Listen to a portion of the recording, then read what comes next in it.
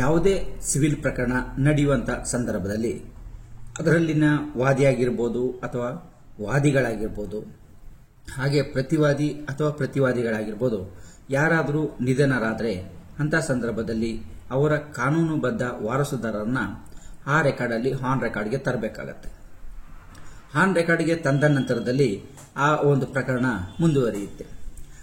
ಆ ರೀತಿಯಲ್ಲಿ ಅವರ ಲೀಗಲ್ ಏರ್ಸ್ ಅನ್ನ ಯಾವ ಒಂದು ಸೆಕ್ಷನ್ನ ಅಡಿಯಲ್ಲಿ ಯಾವ ಸಂದರ್ಭದಲ್ಲಿ ತರಬೇಕಾಗತ್ತೆ, ಅಥವಾ ಒಂದು ವೇಳೆ ಅದಕ್ಕೊಂದು ಲಿಮಿಟೇಷನ್ ಯಾವ ರೀತಿ ಇದೆ, ಆ ಲಿಮಿಟೇಷನ್ನ ನಿಗದಿಪಡಿಸಿರುವಂತಹ ಸಮಯದೊಳಗಡೆ ಲೀಗಲ್ ಏರ್ಸ್ ಅನ್ನ ಆನ್ ರೆಕಾರ್ಡ್ಗೆ ತರಲಿಲ್ಲ ಅಂದ್ರೆ ಏನಾಗತ್ತೆ, ಒಂದು ವೇಳೆ ಡಿಲೇ ಆಗಿದ್ರೆ ಯಾವ ರೀತಿಯಲ್ಲಿ ಯಾವ ಒಂದು ಅಪ್ಲಿಕೇಶನ್ಗಳನ್ನು ಹಾಕಿ ಅವರ ಲೀಗಲ್ ಏರ್ಸ್ ಅನ್ನ ಆನ್ ರೆಕಾರ್ಡ್ಗೆ ತರಬೇಕು ಅನ್ನೋ ಒಂದು ವಿಚಾರನ ನೀವು ಈ ಒಂದು ವಿಡಿಯೋದ ಮೂಲಕ ಮುಂದಿನ ಭಾಗವನ್ನು ನೋಡೋದಕ್ಕಿಂತ ಮೊದಲು ನೀವಿನ್ನೂ ನಮ್ಮ ಚಾನಲ್ಗೆ ಸಬ್ಸ್ಕ್ರೈಬ್ ಆಗಿಲ್ಲ ಅಂದ್ರೆ ಸಬ್ಸ್ಕ್ರೈಬ್ ಆಗಿ, ಹಾಗೆ ಬೆಲ್ ಬಟನ್ ಪ್ರೆಸ್ ಮಾಡಿ.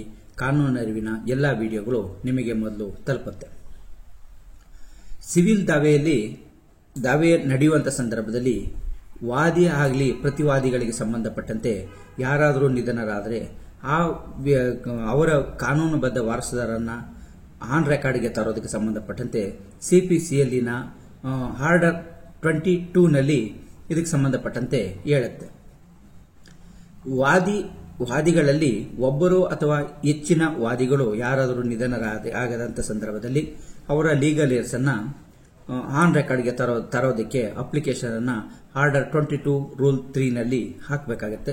ಅದರಲ್ಲಿ ಲೀಗಲ್ ಏರ್ಸ್ ಯಾರು ಇರ್ತಾರೆ ಅವರ ಒಂದು ಹೆಸರು, ವಿಳಾಸ, ವಯಸ್ಸು ಇಷ್ಟನ್ನು ನಮೂದು ಮಾಡಿ ಅರ್ಜಿಯನ್ನ ಸಲ್ಲಿಸಬೇಕಾಗತ್ತೆ. ಸೊ ಈ ಅರ್ಜಿಯನ್ನ ಸಲ್ಲಿಸೋದಕ್ಕೆ ಒಂದು ಲಿಮಿಟ್ ಇರುತ್ತೆ. ವಾದಿ ಅಥವಾ ಹೆಚ್ಚಿನ ಒಂದು ವಾದಿಗಳು ಏನಿರ್ತಾರೆ, ಒಬ್ಬರು ಅಥವಾ ಒಬ್ಬರಿಗಿಂತ ಹೆಚ್ಚಿನ ವಾದಿಗಳು ನಿಧನರಾಗಿದ್ರೆ ಅವರ ಲೀಗಲ್ ಏರ್ಸ್ ಅನ್ನ 90 ದಿನಗಳ ಒಳಗಡೆ ಹಾಕಬೇಕು ಅನ್ನೋದು ಲಿಮಿಟೇಷನ್ ಆರ್ಡರ್ 22 ರೂಲ್ 9ನಲ್ಲಿ ಇರುತ್ತೆ. ಸೊ ಇದರ ಒಂದು ಅಡಿಯಲ್ಲಿ ಅಂದ್ರೆ ಯಾವುದೇ ವಾದಿಗಳು ಪ್ಲೈಂಟಿಫ್ ಏನಿರ್ತಾರೆ ಅವರು ನಿಧನರಾದರೆ ಅವರ ಒಂದು ಲೀಗಲ್ ಏರ್ಸ್ ಅನ್ನ 90 ದಿನಗಳ ಒಳಗಡೆ ಆನ್ ರೆಕಾರ್ಡ್ಗೆ ಆ ದಾವೆಯಲ್ಲಿ ಅರ್ಜಿಯನ್ನು ಹಾಕಿ ತರಬೇಕಾಗತ್ತೆ ಆನ್ ರೆಕಾರ್ಡ್ಗೆ. ಇಲ್ಲ ಅಂತಂದ್ರೆ ಒಂದು ವೇಳೆ ಏನಾದರೂ ಬೈ ಓವರ್ ಸೈಟ್ ಅವರನ್ನ 90 ದಿನದ ಒಳಗಡೆ ಅವರ ಲೀಗಲ್ ಏರ್ಸ್ ಅನ್ನ ತರಲಿಕ್ಕೆ ಯಾವುದೇ ರೀತಿಯ ಒಂದು ತೊಂದರೆ ಅಡಚಣೆ ಉಂಟಾದಂತ ಸಂದರ್ಭದಲ್ಲಿ, ಅಂದ್ರೆ ಅವರು ಎಲ್ಲಿದ್ದಾರೆ ಅನ್ನೋದು ಸಿಗದೇ ಇರಬಹುದು, ಅಥವಾ ಅವರು ಅವರ ವಕೀಲರನ್ನಾಗಲಿ ನ್ಯಾಯಾಲಯವನ್ನಾಗಲಿ ಸಂಪರ್ಕಿಸೋದಕ್ಕೆ ಅವರಿಗೆ ಸರಿಯಾದ ಮಾಹಿತಿ ಕೊರತೆ ಆಗಿರಬಹುದು. ಸೊ ಅಂತ ಸಂದರ್ಭದಲ್ಲಿ ಅದರ ಒಂದು ಸಂಪೂರ್ಣ ಒಂದು ವಿವರಗಳನ್ನ ಒಳಗೊಂಡಂತೆ ಅಂದ್ರೆ ಕೋರ್ಟ್ಗೆ ಸ್ಯಾಟಿಸ್ಫೈ ಆಗೋ ರೀತಿಯಲ್ಲಿ ಅದರ ಒಂದು ಮಾಹಿತಿ ಕಾರಣವನ್ನ ನಮೂದಿಸಿ ಆರ್ಡರ್ 22 ರೂಲ್ 9ನಲ್ಲಿ ಹಾಕಬೇಕಾಗತ್ತೆ. ಇಲ್ಲ ಅಂತಂದ್ರೆ ಅದು 90 ದಿನಗಳ ಮೇಲೆ ಆಗಿದ್ರೆ ನ್ಯಾಯಾಲಯ ಆ ಒಂದು ದಾವೆಯನ್ನ ಅಬಟ್ಮೆಂಟ್ ಮಾಡಿರುತ್ತೆ. ಸೊ ಅಂತ ಒಂದು ಅಬಟ್ಮೆಂಟ್ ಅನ್ನ ಆರ್ಡರ್ 22 ರೂಲ್ 9ನ ಅಡಿಯಲ್ಲಿ ಮಾಡಲಾಗತ್ತೆ.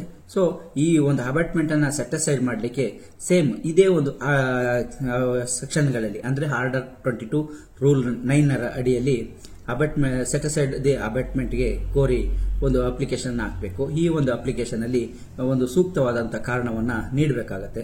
ಆ ಒಂದು ಕಾರಣ ನ್ಯಾಯಾಲಯಕ್ಕೆ ಸ್ಯಾಟಿಸ್ಫೈ ಆಗೋ ರೀತಿಯಲ್ಲಿ ಇರಬೇಕಾಗತ್ತೆ. ಸೊ ಅಂತ ಒಂದು ಕಾರಣ ಸ್ಯಾಟಿಸ್ಫೈ ಆದರೆ ಅಂತ ಸಂದರ್ಭದಲ್ಲಿ ಅದನ್ನ ಆ ಒಂದು ರೀಜನ್ಗೆ ಅಬಟ್ಮೆಂಟ್ ಏನಾಗಿರುತ್ತೆ ಅದನ್ನ ಸೆಟಿಸ್ಫೈಡ್ ಅನ್ನ ಮಾಡಲಿಕ್ಕೆ ಬರುತ್ತೆ. ಹಾಗೇನೆ ಈ ಒಂದು ಅಪ್ಲಿಕೇಶನ್ ಜೊತೆಗೆ ಅಂದ್ರೆ ಆರ್ಡರ್ 22 ರೂಲ್ 9ರ ಜೊತೆಗೆ ಒಂದು ಲಿಮಿಟೇಷನ್ ನಲ್ಲಿನ ಸೆಕ್ಷನ್ 5ನ ಅಡಿಯಲ್ಲಿ ಎಷ್ಟು ದಿನ ವಿಳಂಬ ಆಗಿದೆ ಆ ವಿಳಂಬವನ್ನ ಕಂಡೋನೆಂಟ್ ಡಿಲೇ ಮಾಡೋದಕ್ಕೆ ಕೋರಿ ಅರ್ಜಿಯನ್ನು ಕೂಡ ಅದರ ಜೊತೆಗೆ ಸಲ್ಲಿಸಬೇಕಾಗುತ್ತೆ. ಸೊ ಈ ಎರಡು ಅರ್ಜಿಗಳನ್ನ ಅಂದ್ರೆ ಆರ್ಡರ್ 22 ರೂಲ್ 9 ಮತ್ತೆ ಲಿಮಿಟೇಷನ್ ಸೆಕ್ಷನ್ 5ನ ಅಡಿಯಲ್ಲಿ ಎರಡರಲ್ಲೂ ಕೂಡ ಅರ್ಜಿಯನ್ನು ಸಲ್ಲಿಸಬೇಕಾಗತ್ತೆ. ಅಲ್ಲಿ ಸಲ್ಲಿಸಿರುವಂತಹ ವಿವರ ಕೋರ್ಟ್ಗೆ ಸ್ಯಾಟಿಸ್ಫೈ ಆದಂತ ಸಂದರ್ಭದಲ್ಲಿ ಆವಾಗ ಆ ಒಂದು ಅಬಟ್ಮೆಂಟ್ ಅನ್ನ ಸೆಟಿಸ್ಫೈಡ್ ಅನ್ನ ಮಾಡಿ ನಿಮ್ಮ ಅರ್ಜಿಯನ್ನ ಗಣನೆಗೆ ತಗೊಳ್ತದೆ. ಸೊ ಆವಾಗ ಅದೇ ಸಂದರ್ಭದಲ್ಲಿ ಲೀಗಲ್ ಏರ್ಸ್ ಅನ್ನ ವಾದಿಗಳ ಪರವಾಗಿ ಲೀಗಲ್ ಏರ್ಸ್ ಅನ್ನ ಮಾಡಬೇಕಾಗಿದ್ರೆ ಅವರಿಗೆ ಸಂಬಂಧಪಟ್ಟಂತೆ ಅರ್ಜಿಯನ್ನ ಆರ್ಡರ್ 22 ರೂಲ್ 3ನಲ್ಲಿ ಸಲ್ಲಿಸಬೇಕಾಗಿರುತ್ತೆ. ಸೊ ಆವಾಗ ನ್ಯಾಯಾಲಯ ವಾದಿಗಳು ಅದು ಯಾರು ನಿಧನರಾಗಿರ್ತಾರೆ, ಡೆತ್ ಆಗಿರ್ತಾರೆ, ಅವರ ಒಂದು ಲೀಗಲ್ ಏರ್ಸ್ ಅನ್ನ ಆನ್ ರೆಕಾರ್ಡ್ ತರೋದಕ್ಕೆ ಅನುಮತಿಯನ್ನ ನೀಡುತ್ತೆ. ಅದಾದ ನಂತರದಲ್ಲಿ ವಾದ ಪತ್ರವನ್ನ ತಿದ್ದುಪಡಿಯನ್ನ 15 ದಿನಗಳ ಒಳಗಡೆ ಅಥವಾ ನ್ಯಾಯಾಲಯ ಸೂಚಿಸಿದ್ರೆ ಮುಂದಿನ ದಿನಾಂಕದ ಒಳಗಡೆ ಅದರ ತಿದ್ದುಪಡಿಯನ್ನ ಮಾಡಿ ನಂತರ ಅದು ತಿದ್ದುಪಡಿಯ ವಾದ ಪತ್ರವನ್ನ ನ್ಯಾಯಾಲಯಕ್ಕೆ ಸಲ್ಲಿಸಬೇಕಾಗಿರುತ್ತೆ.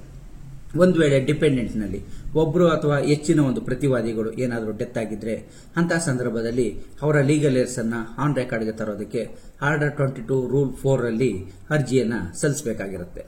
ಸೊ ಆರ್ಡರ್ 22 ರೂಲ್ 4 ನಲ್ಲಿ ಅರ್ಜಿಯನ್ನ ಹಾಕಿ ಅವರನ್ನ ಆನ್ ರೆಕಾರ್ಡ್ಗೆ ತರಬೇಕಾಗುತ್ತೆ. ಇದರಲ್ಲಿ ಪ್ರತಿವಾದಿ ಯಾರು ನಿಧನರಾಗಿರ್ತಾರೆ ಅವರ ಕಾನೂನುಬದ್ಧ ವಾರಸುದಾರರು, ಅವರ ಹೆಸರು, ಅವರ ವಿಳಾಸ, ವಯಸ್ಸು ಇಷ್ಟನ್ನು ಕೂಡ ನಮೂದು ಮಾಡಿ ಅದರ ಜೊತೆಗೆ ವಕಾಲತನ್ನು ಹಾಕಿ, ಅಥವಾ ವಕಾಲತನ್ನು ಹಾಕಲಿಲ್ಲ ಅಂದರೆ ಅವರು ಬರಲಿಲ್ಲ ಅಂತಂದ ಸಂದರ್ಭದಲ್ಲಿ ಅದನ್ನು ನ್ಯಾಯಾಲಯಕ್ಕೆ ಕೊಡಬೇಕಾಗುತ್ತೆ. ನ್ಯಾಯಾಲಯ ಲೀಗಲ್ ಏರ್ಸ್ ಅನ್ನು ಯಾರು ಮಾಡಲಾಗಿರುತ್ತೆ ಅವರಿಗೆ ಆ ಒಂದು IA ಮೇಲಿನ ಒಂದು ನೋಟಿಸನ್ನು ನ್ಯಾಯಾಲಯ ನೀಡುತ್ತೆ. ಆ ನೋಟಿಸು ಆ ಪ್ರತಿವಾದಿಗಳ ಲೀಗಲ್ ಏರ್ಸ್ಗೆ ತಲುಪಿದ ನಂತರ ಅವರು ಖುದ್ದಾಗಿ ಅಥವಾ ವಕೀಲರ ಮೂಲಕ ನ್ಯಾಯಾಲಯವನ್ನು ಸಂಪರ್ಕಿಸಬಹುದಾಗಿರುತ್ತೆ. ಸೊ ಅವರು ನ್ಯಾಯಾಲಯಕ್ಕೆ ಬಂದಂತಹ ಸಂದರ್ಭದಲ್ಲಿ ಅವರ ಒಂದು ತಕರಾರು ಏನಾದರೂ ಇದ್ರೆ, ಅಬ್ಜೆಕ್ಷನ್ಸ್ ಇದ್ರೆ ಅವರು ಹಾಕಬಹುದಾಗಿರುತ್ತೆ. ಇಲ್ಲ ಅಂತಂದ್ರೆ ಆ ಒಂದು ಅರ್ಜಿಯನ್ನ ತೆಗೆದುಕೊಳ್ಳೋದಕ್ಕೆ ಅಥವಾ ಪುರಸ್ಕರಿಸೋದಕ್ಕೆ ಅವರು ಮೌಖಿಕವಾಗಿ ಕೂಡ ಅನುಮತಿಯನ್ನ ನೀಡಬಹುದಾಗಿರುತ್ತೆ. ಸೊ ಆ ರೀತಿಯಲ್ಲಿ ನ್ಯಾಯಾಲಯ ಆ ಒಂದು ಅರ್ಜಿಯನ್ನು ಪುರಸ್ಕರಿಸಿದ ನಂತರದಲ್ಲಿ ಅವರನ್ನ ಡಿಫೆಂಡೆಂಟ್ನ ಲೀಗಲ್ ಏರ್ಸ್ ಅನ್ನ ಆನ್ ರೆಕಾರ್ಡ್ಗೆ ತಗೊಬಂದು ಮತ್ತೆ ಕ್ಲೈಂಟ್ ಅನ್ನ ಅಮೆಂಡ್ಮೆಂಟ್ ಅನ್ನ ಮಾಡಬೇಕಾಗುತ್ತೆ. ಅಮೆಂಡ್ಮೆಂಟ್ ಮಾಡಿದ ನಂತರದಲ್ಲಿ ಅಡಿಷನಲ್ WSಗೆ ಹೋಗುತ್ತೆ. ಸೊ ಅಡಿಷನಲ್ WSಗೆ ಹೋದಂತ ಸಂದರ್ಭದಲ್ಲಿ ಈಗ ಆಲ್ರೆಡಿ ಇದ್ದಂತ ಪ್ರತಿವಾದಿ ಏನು WS ಅನ್ನ ಸಲ್ಲಿಸಿರ್ತಾರೆ ಅದನ್ನೇ ಕೂಡ ಅವರ ಲೀಗಲ್ ಏರ್ಸ್ ಅಡ್ಮಿಟ್ ಅನ್ನ ಮಾಡ್ಕೊಳ್ಳೋದಾದ್ರೆ ಅದಕ್ಕೆ ಒಂದು ಅದೇ ಅಂಶಗಳನ್ನ ಅವರು ಕೂಡ ಅಳವಡಿಸಿಕೊಳ್ಳೋದಾಗಿ ಒಂದು ಮೆಮೋವನ್ನ ಹಾಕಬೇಕಾಗತ್ತೆ. ಇಲ್ಲ ಅವ್ರದ್ದೇನಾದ್ರೂ ಹೆಚ್ಚುವರಿ ತಕರಾರುಗಳು ಅಥವಾ ರಿಟರ್ನ್ ಸ್ಟೇಟ್ಮೆಂಟ್ ಹೇಳುವಂತದ್ದು ಏನಾದರೂ ಇದ್ರೆ ಅವರು ಕೂಡ ಹೆಚ್ಚುವರಿ ತಕರಾರನ್ನ ಅಥವಾ ಹೆಚ್ಚುವರಿ ರಿಟರ್ನ್ ಸ್ಟೇಟ್ಮೆಂಟ್ ಅನ್ನ ಅವರು ಸಲ್ಲಿಸೋದಕ್ಕೆ ಅಡಿಷನಲ್ WSಗೆ ಒಂದು ಅವಕಾಶ ಇರುತ್ತೆ.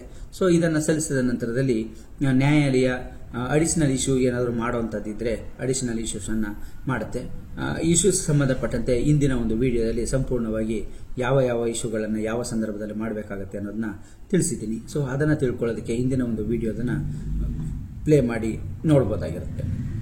ಸೊ ಒಂದು ವೇಳೆ ಏನಾದರೂ ಡಿಫೆಂಡೆಂಟ್ ತೀರೋದ ನಂತರದಲ್ಲಿ ಅವರನ್ನ 90 ದಿನಗಳ ಒಳಗಡೆ ಪಾರ್ಟಿಯನ್ನ ಮಾಡಬೇಕಾಗುತ್ತೆ. ಈ ಒಂದು ಲಿಮಿಟೇಷನ್ ಅನ್ನ ಆರ್ಡರ್ 22 ರೂಲ್ 9 ನಲ್ಲಿ ನಿಗದಿಪಡಿಸಲಾಗಿದೆ. ಒಂದು ವೇಳೆ ಏನಾದರೂ 90 ದಿನಗಳ ಒಳಗಡೆ ಪ್ರತಿವಾದಿಗಳ ಯಾರು ನಿಧನರಾಗಿರ್ತಾರೆ ಅವರ ಲೀಗಲ್ ಏರ್ಸ್ ಅನ್ನು ಆನ್ ರೆಕಾರ್ಡ್ಗೆ ತರಲಿಲ್ಲ ಅಂತಂದಾಗ ಅದು ಆಟೋಮೆಟಿಕ್ ಆಗಿ ಆ ಒಂದು ಸೂಟು ಅಬಾಟ್ಮೆಂಟ್ ಆಗಿರುತ್ತೆ.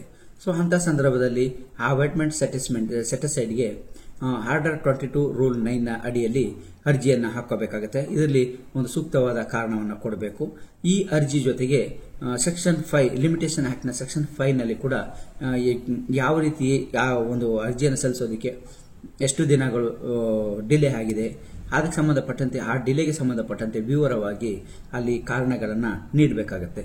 ಸೊ ಈ ಎಲ್ಲಾ ಅಂಶಗಳು ನ್ಯಾಯಾಲಯಕ್ಕೆ ಒಪ್ಪಿಗೆ ಆದಂತ ಸಂದರ್ಭದಲ್ಲಿ ಪ್ರತಿವಾದಿಗಳನ್ನ ನ್ಯಾಯಾಲಯಕ್ಕೆ ಈ ಒಂದು ರೆಕಾರ್ಡ್ಗೆ ದಾವೆಗೆ ಆನ್ ರೆಕಾರ್ಡ್ಗೆ ತರೋದಕ್ಕೆ ಕೋರಿ ಏನು ಅರ್ಜಿಯನ್ನ ಆರ್ಡರ್ 22 ರೂಲ್ 4 ನಲ್ಲಿ ಹಾಕಿರ್ತೀರಿ ಇದನ್ನ ಅಂಗೀಕರಿಸೋದಕ್ಕೆ ನ್ಯಾಯಾಲಯ ಆದೇಶ ಕೊಡುತ್ತೆ.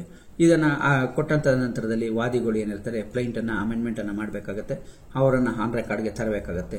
ಸೊ ಆ ನಂತರದಲ್ಲಿ ಅಡಿಷನಲ್ WSಗೆ ಯಾರ ಅಡಿಷನಲ್ ಲೀಗಲ್ ಏರ್ಸ್ ಅನ್ನ ಸೇರಿಸಲಾಗಿರುತ್ತೆ ಅವರಿಗೆ ಒಂದು ಅವಕಾಶವನ್ನ ಕೊಡಬೇಕಾಗುತ್ತೆ. ಸೊ ಈ ಒಂದು ಪೂರ್ಣ ಅಂಶ ಅಂತಂದ್ರೆ ವಾದಿ ಆಗಿರ್ಲಿ ಪ್ರತಿವಾದಿ ಆಗಿರ್ಲಿ ಯಾರಾದರೂ ಡೆತ್ ಆದ್ರೆ ಅವರನ್ನ ಸೇರಿಸೋದಕ್ಕೆ ಕ್ರಮವಾಗಿ ಆರ್ಡರ್ 22 ರೂಲ್ 3 ಮತ್ತೆ 4 ರಲ್ಲಿ ಅರ್ಜಿಯನ್ನು ಸಲ್ಲಿಸಬೇಕಾಗುತ್ತೆ. ಸೊ ಇದಕ್ಕೆ ಸಲ್ಲಿಸೋದಕ್ಕೆ 90 ದಿನಗಳ ಲಿಮಿಟೇಷನ್ ಅನ್ನ ಆರ್ಡರ್ 9 ನಲ್ಲಿ ನೀಡಲಾಗಿದೆ. ಆರ್ಡರ್ 22 ರೂಲ್ 9 ನಲ್ಲಿ ನೀಡಲಾಗಿದೆ. ಸೊ ಈ 90 ಡೇಸ್ ಒಳಗಡೆ ಸಲ್ಲಿಸಿಲ್ಲ ಅಂದ್ರೆ ಅಬಾಟ್ಮೆಂಟ್ ಆಗುತ್ತೆ. ಅಬಾಟ್ಮೆಂಟ್ ಆದಂತ ಸಂದರ್ಭದಲ್ಲಿ ಸೆಟ್ ಅಸೈಡ್ ದಿ ಅಬಾಟ್ಮೆಂಟ್ಗೆ ಕೋರಿ ಒಂದು ಅಪ್ಲಿಕೇಶನ್ ಅನ್ನ ಸೇಮ್ ಇದೇ ಆರ್ಡರ್ 22 ರೂಲ್ 9 ನಲ್ಲಿ ಅಡಿಯಲ್ಲಿ ಅರ್ಜಿಯನ್ನು ಹಾಕಬೇಕು. ಇದರ ಜೊತೆಗೆ ಆ ಲಿಮಿಟೇಷನ್ ಕಂಡೌನ್ ಮಾಡಲಿಕ್ಕೆ ಸೆಕ್ಷನ್ 5 ಆಫ್ ಲಿಮಿಟೇಷನ್ ಆಕ್ಟ್ ನಲ್ಲಿ ಒಂದು ಅರ್ಜಿಯನ್ನು ಕೂಡ ಹಾಕೋಬೇಕಾಗುತ್ತೆ. ಸೊ ಇದಷ್ಟನ್ನು ಹಾಕೊಂಡು ಒಂದು ಸೆಟ್ ಅಸೈಡ್ ಆಗಿದ್ರೆ ಅದನ್ನು ಅಬಾಟ್ಮೆಂಟ್ ಆಗಿದ್ರೆ ಅದನ್ನ ಸೆಟ್ ಅಸೈಡ್ ಅನ್ನ ಮಾಡ್ಕೋಬೇಕು.